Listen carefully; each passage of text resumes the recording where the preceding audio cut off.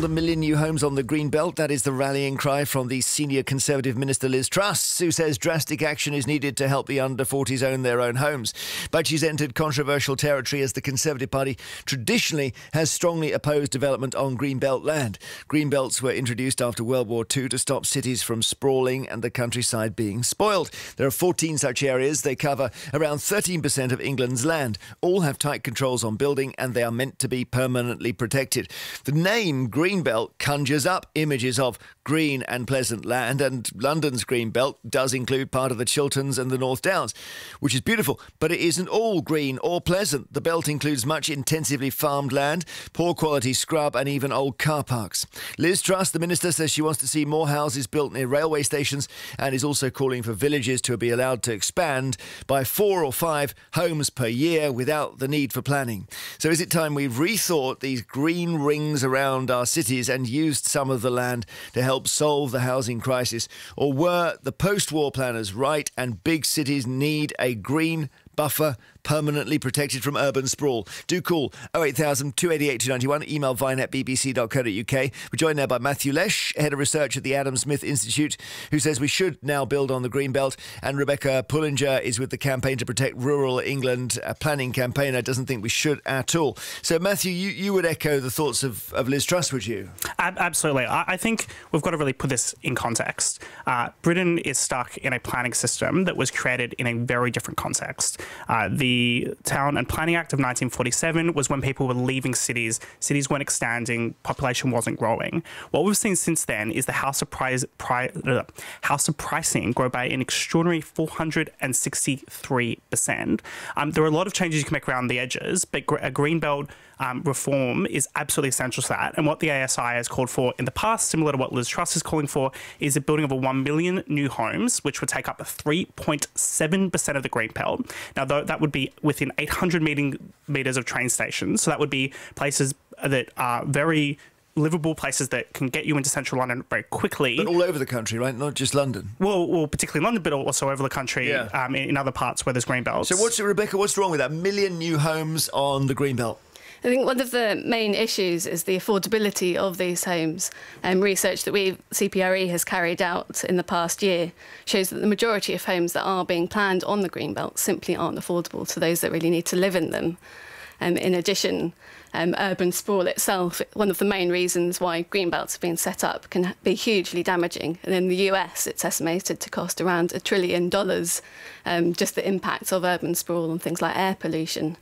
Yeah, so we'd be moving the city. We'd basically be making the city bigger, Matthew, wouldn't we? Do we want to do that? Well, I think it's important to acknowledge that the Greenbelt has actually failed on environmental terms, and it's failed to stop urban sprawl. What the Greenbelt has actually led to is leapfrog cities. You've got over 350,000 people commuting into London, for example, from just beyond the Greenbelt. So it hasn't stopped the kind of sprawl. It's just moved it further on, which has serious environmental impacts. But wouldn't you miss those fields? Well, I think we can have both. We can have building on a little bit of the green belt, improve the environment in the process. Because it's worth noting, as you were saying in your introduction, that 37% of London's green belt is intensively farmed agricultural land. It's not all beautiful green space. Rebecca, not worth protecting then?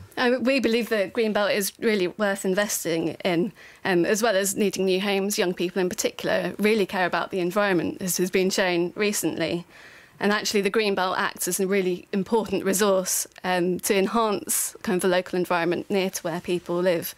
The Greenbelt is the countryside next door for 30 million people living in urban areas. But on the other hand, if you actually have people living further away, having to commute longer, there's substantial more soot as a result from cars, substantial more CO2 contributing to climate change. The impact of people not being able to live closer to cities is not an environmental home run. And the other element of this, of course, is that heavy parts of the Greenbelt are actually heavy on pesticide and nitrogen use, particularly the heavily farmed, intensive farmland areas, which contribute to pollution in cities. So it's not built environment. It may help a little bit, but it's not an all positive environmental story here at all about the Greenbelt. Rebecca, let me ask you about this village thing as well. Is the idea that if you take a village, you should be able to put 4 or 5 houses a year extra into that village without anyone really minding? I mean, national planning rules already do allow small-scale development through rural exception sites, kind of development that wouldn't normally be allowed through planning rules. And these allow small-scale developments that are for local people and kind of based on affordability criteria, so that local people can afford to live in them. But obviously there are lots of places where you can't build those extra houses. But she's saying, look, let's just do it, 4 or 5 a year, no more than that. I guess some villagers would be up in arms about that. I mean, many villagers would really support new development that does enable local communities to thrive. Affordable homes are really important in these areas, but it's small-scale development that is natural growth is fine on the most part, but it's getting support from local communities to develop these sites. But Matthew, do you actually say, look, I'm sorry, even if you're against this, we're doing it anyway? Because in the end, you're going to have to overrule people, aren't you? I mean, to an extent, a lot of the national planning system is quite centralised. I think you can actually have more local control and more local support for planning changes. Something else that the ASI have previously talked about is being able to have a street plan so that if everyone on a street, let's say 2/3 of the street, agree for, let's say, building 5 stories, everyone has that freedom to do so and everyone's agreed to the change. So rather than doing planning at a council level or a national level, we actually do it at a very local street by street level so people can agree to something that benefits everyone. Are we too protective of these little villages, these hamlets, which maybe people don't even see very often? Why not put some high density accommodation in them, like tower blocks? I'm comfortable with that. I don't think you even need necessarily tower blocks. You can have 5, 6, 7 stories, not huge 20, 30 stories. But in a small village, you wouldn't. I mean, the tower block would dominate it, but maybe nobody else would notice. Well, potentially not. But you look at somewhere like Pimlico in London, which is not tower blocks. It's about 4, 5, 6 stories, and it's the most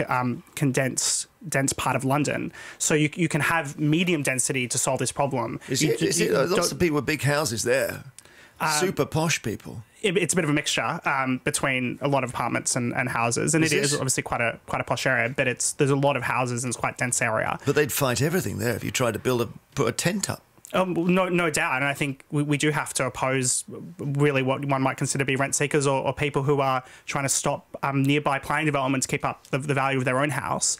What I'd say to those people is that may feel great in the short run, but it is very much damaging to young people, and there is a serious social mobility inequity issue. It seriously also damages the economy by people being unable to live near where they are most productive. It damages people's mental health to have to do very long commutes. There are a lot of issues here that we can't ignore. Rebecca, to get back to you, because you're both young people. You're both in your 20s, I'm thinking.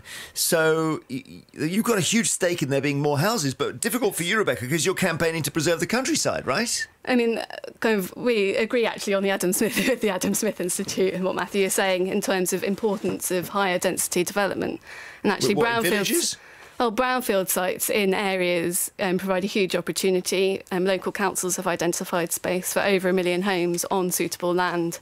And most of that is within urban areas, whether or not it's a town or village or kind of bigger cities such as London.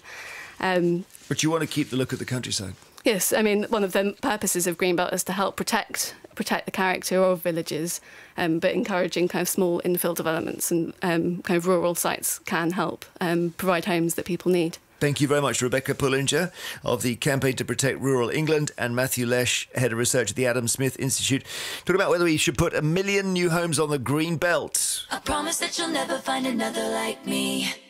I know that